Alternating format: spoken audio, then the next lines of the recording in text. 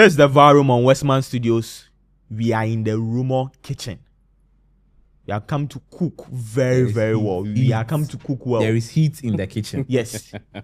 There is heat to cook. I have Sefas and Nabila to do this cooking with me. What's up, guys? Charlie.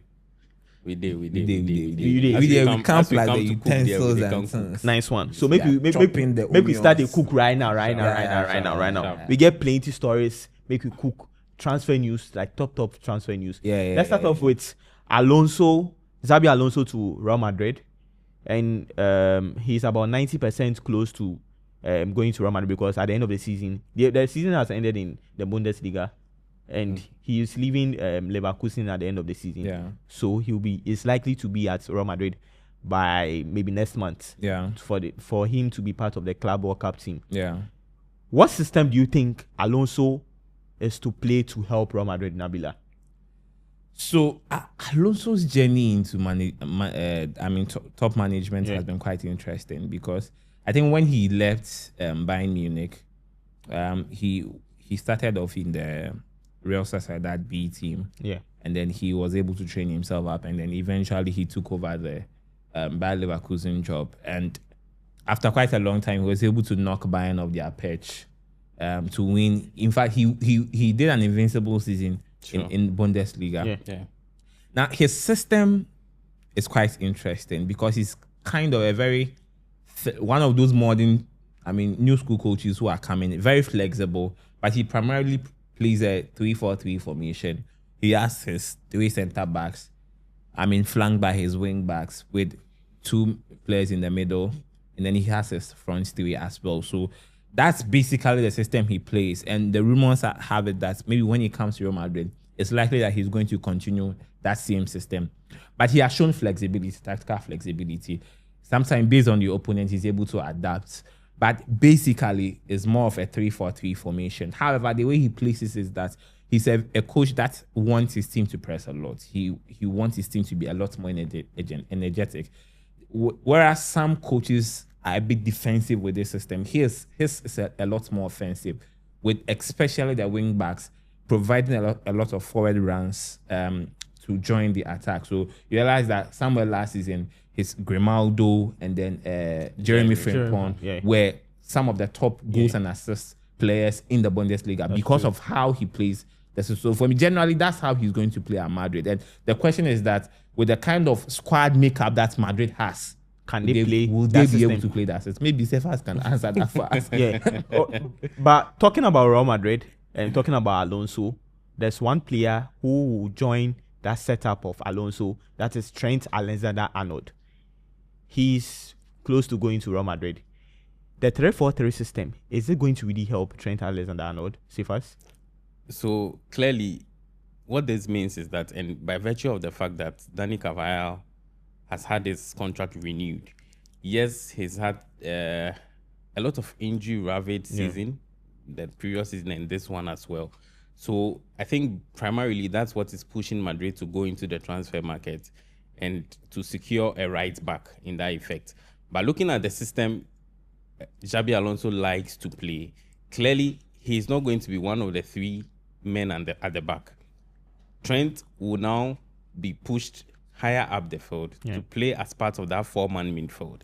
I'm sorry for cutting you. We know how good Trent is when he moves forward. On the offensive. Yeah, very good. And we know his priorities when it comes to defending duties. And exactly what Xabi Alonso wants, or what Real Madrid wants from Trent. So they are going to get a lot of, crosses into the penalty area, a lot of defense splitting passes, a lot of attributes that, Trent bring to the table. And that is what Real Madrid have gotten now. For me, just as Nabila said, the 3-4-3 system, usually Alonso would like to deploy 2 number 10s. And if you look at the system at Bayer Leverkusen, that's clearly what he does. One key figure in that setup is Florian Wirtz. So it will be interesting to see. Clearly for now, I think Jude Bellingham will be fit to play in that role. He has always never liked playing in midfield in wide positions and all. I know he's best suited behind the striker. That's where his football brains are well utilized. So maybe he can just tweak the system by playing maybe a 3-4-1-2 formation. That one is also there. That one is it's still a system of a 3-4-3 formation. Yeah. But it could be a 3-4-1. I mean, tactical variation. It's a lot. But what will primarily affect this Real Madrid team, and that is what Alonso would have to clearly look at, whether he's playing is 3-4-2-1 or 3-4-1-2, whatever. It's that front line. Who is he choosing to play as the leading striker? If he decides to play one top with two behind him, if he decides to play two with one, what does that mean for Rodrigo as well? Because there is a lot of rumor now that he is walking out of the club. Yeah. Clearly, he's not happy. So a lot will have to come to play in terms of the personnel at Real Madrid now and what Xabi Alonso will want to do with this team. Okay. For me, there's no doubt that they have quality. But in midfield, there is a lot of questions to be asked. Okay. Tchouaméni, Camavinga, they are good players, but ask yourself, are they players cutting the mold for a Real Madrid side who would want to challenge that Barca midfield come next season? Okay. This Real Madrid team is bruised, and Alonso has a lot of work to do. Nabila, which players do you think Alonso needs to make that 3-4-3 formation at Real Madrid work? It's like you and I were thinking the same way. So I nearly threw to Cephas that if he's supposed to make his probable 11 for Real Madrid next season and Alonso, which kind of players is he going to use? So for me, I think in terms of the players there, a lot of the players will have to go, but there are going to be mainstays. And I am not too sure how the 11 is going to be like. But in terms of the mainstays in the team, I just know that, of course, Mbappe would be there, Vinicius would be there because he's about to extend his contract. Yeah. Jude is going to be a very crucial component of that team. Yeah. Sure. And you make a brilliant mention about Trent Alexander-Arnold. Yeah. And just quick comment on Alexander-Arnold, because I think that if Alonso plays this 3-4-3 formation, it does a lot of good to Trent. And Cephas mentions that one key thing that it does, that it is going to hide some of his defensive frailties as a player, because Trent's defensive liabilities has been well documented, especially in the English Premier League. That's very true. And is always on show a lot of the time. So for me, if he's being used as a right wing back, where his, like Cephas puts it, his crossing, his passing game is going to be on show a lot more. So for me, I think that in terms of the keys of if Courtois can be able to withstand his injury issues, of course, Courtois is going to be there. And he makes the mention about coverage. I think that with his injury issues, I see him playing more as maybe as the right centre back in this system. Exactly. A right centre back in there. Yeah. Maybe a Rudiger would be in there. Militao would be in there. Yeah. I think basically these are the players that I see forming that core component at the back. Maybe a Raul Asensio somewhere playing as maybe the fourth choice centre back in there. Of course, your left wing back. Madrid needs a left wing back. Like that is one key place they really need to get. They need to upgrade. They need to get at least 2 left wing backs. In this system, Fran Garcia is not cut out there. He's more of a squad player, but in terms of a starting left wing back, I don't think Fran Garcia is Madrid standard. But I know even with the left wing back, one thing is that you have to get a left wing back who, when he comes, he'll be able to pick up instantly. Yeah, because because I was thinking about a player like maybe Kekes of Bombo. He can come to Real Madrid to play, but ask yourself, will he be able to play the mentality to play for a big club, understand the culture exactly? Because you are playing for Bournemouth, the pressure over there is not like the same as Real Madrid. Real Madrid. Real Madrid, when you miss chance or you mess up, what the fans will do to you? If he's in Bournemouth, you get some few fans. Oh, Charlie, why did you do this? They'll become on you, but for Madrid, they'll boo you, they'll whistle you. So they really need to depend on Xabi Alonso. Yes, of course. Alonso has a lot of. Not to cut you. We've seen players who have not really lived up to the expectation as far as playing and a particular coach is concerned. Yeah. Once they change coach, a different coach comes in. All of a sudden, you see this player we're not expecting to play according to the coach's instruction. All of a sudden, doing so. So a lot will depend on Xabi Alonso, the players he will bring in, and how well he'll be able to integrate them into the team. Okay, just my final thoughts on this one. One player that I can't wait to see under Xabi Alonso is Adagula. He'll be because if Flanvert is able to do what he's doing at Leverkusen under Xabi Alonso, I can't just wait to see what. Do you know? It got to a point. Xabi Alonso wanted Adagula at Leverkusen. Of course, because Fernandes is leaving. Yeah. He's likely going to Bayern Munich. Yeah. So for me, I think that if Alonso will not be overawed by the occasion and not play favorite and want to stick to his system, I think that he should give Adagula a chance in that number 10 position behind the striker. And I think, movies will be made. He's been very brilliant this season, actually. Anytime he's been called upon. And I think even in the Copa del Rey, he was their best player by far. Okay. So say fast in just 30 seconds, just talk to me in 30 seconds. I know it's difficult, but in 30 seconds about Carlo Ancelotti's legacy in Real Madrid. It's been solid. 15 trophies in total. He's already carved a niche for himself as far as coaching is concerned. Yeah, exactly. And look, the last year hasn't gone as planned, especially with the humiliation in the hands of Barcelona. It's really dented his. I felt probably if he had left the year before, after winning the Champions League, living on the high, it would have been much better. But hey, it doesn't really take so much from what he has achieved in football.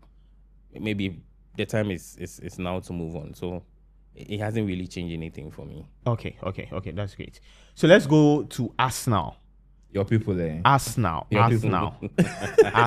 So yesterday we were there, we checked online and we were seeing some trends. Zubimendi, Zubi. There's a Zubi coming. Oh, so we checked. We saw that Zubimendi has verbally agreed. Here we go. To join Arsenal next season. Nabila, who is Zubimendi? I know he's a player who plays for Real Sociedad, but just talk to me about him.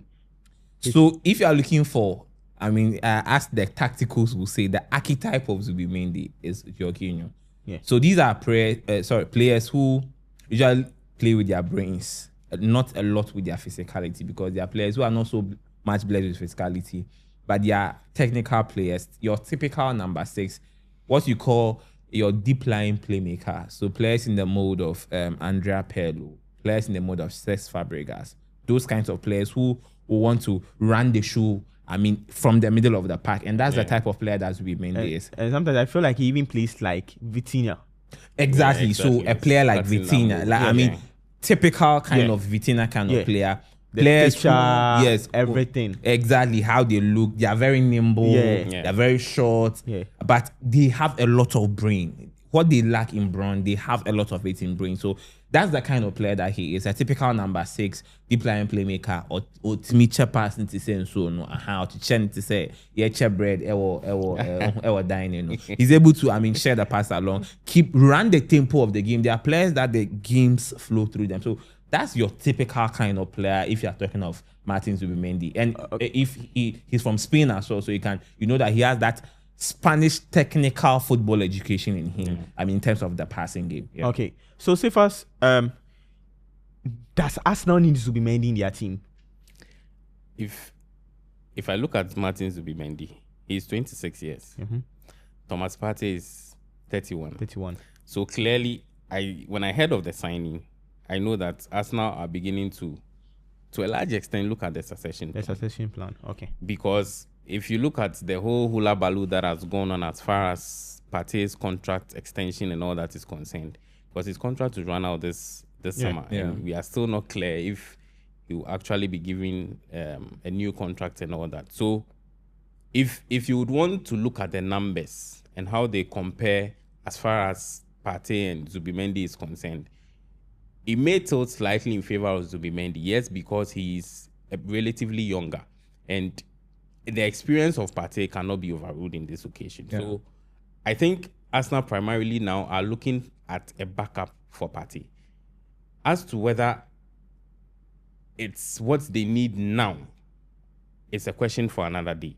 For me, I feel the area Arsenal needs to pay critical attention to, which they still... A potent striker. Arteta is still stubborn and doesn't want to pay attention to. We are here. We will be back next season. We will sit. We will discuss them, and the narrative will not change. Oh, the rumor is that they are going after Victor Gyökeres. Because last time I sat here and told you that for Arteta, with the kind of system he's playing and things, and the way he's coaching, the level here Arsenal. Sorry for downgrading him, but the level here Everton, West Ham, he can play. He will do better. He's like David Moyes. Well, Arsenal Sucheno. Let's hope. I think this is technically this will be the first signing of the new sporting director at Arsenal. Yeah, better. Exactly. So maybe we are in for something new that we've not seen in Arsenal for a long while. So let's wait and see. Okay, so Nabila, quickly, will Zubimendi fit into the Arsenal team? So it's a very big question because you see, does Arsenal need Zubimendi? Yes.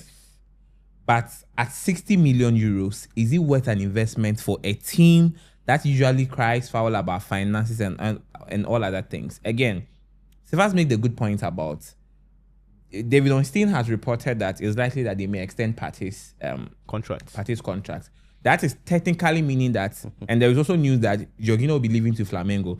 So that's technically meaning that Zubimendi is more or less like a replacement in the long term for Partey, in the short term for Jorginho. Yeah. The question is, as a club, that's usually is crying foul about not having a lot of money. In terms of planning, should you spend 60 million euros on a player that is not going to be an immediate starter, but a bench warmer? Exactly. Do you understand? That's the thing. So yes, he fits their team because you see, when you look at Arsenal this season, whenever Partey has gone out, they've not had a good replacement like for like in terms of a clear number 6. Players who are very good on the ball, who runs the show, who are able to let Arsenal control the game, especially with the ball. Declan Rice is not able to do that. Merino is not able to do that. So Jorginho was the next person to do that, but he's going, and so they need a replacement for him. So yes, he fits how Arsenal plays, how they want to control the game in terms of like how they want to play their possession game whenever Partey is not around. Zubimendi is a very good replacement for him. He's 26. He has experience. He's played for Real Sociedad. He's a Spanish international. So he has all the attributes. But the question is that, is it worth the investment you are doing now as a club? Yeah. Because you have to spend a lot of money for your forwards. Already you are looking at, you have to get a proper cover for Saka. You have to get probably an upgrade on Kai Havertz as your starting number 9. Even Martinelli. Of course, he doesn't have a proper cover for him. Yeah. So you think through it and you ask yourself, was it a really necessary buy at 60 million euros for Arsenal? I don't think so. I think that Arsenal could have gotten a similar profile, but a lesser amount to do that job for them. So for me, yes, he fits how they play, but in terms of an investment, I don't think it's a worthy investment for Arsenal now. So viewers, I don't also know what you also think about Zubimendi moving to Arsenal, but other transfer news, Eric Dyer to Monaco is done, and there were reports this morning that Juventus are putting together a package worth of 85 million euros to sign Victor Osimhen from Napoli. And they said that his release clause of 75 million euros is only valid for clubs outside Italy. So for Victor Osimhen, he's going to be a top-notch player, hot cake in the transfer window. And here at Rumor Kitchen, we'll give you all the updates that you have to know. If you didn't talk about your club, maybe Manchester United, any other club, don't worry. We'll be talking more about it. The transfer window will be open. We'll talk more about it. Just go on our YouTube channel. Just subscribe. Just comment. Any comments you want to. If you even have a transfer that you want to even share with us, you can even do that on our comment section. It's a wrap from us. Goodbye.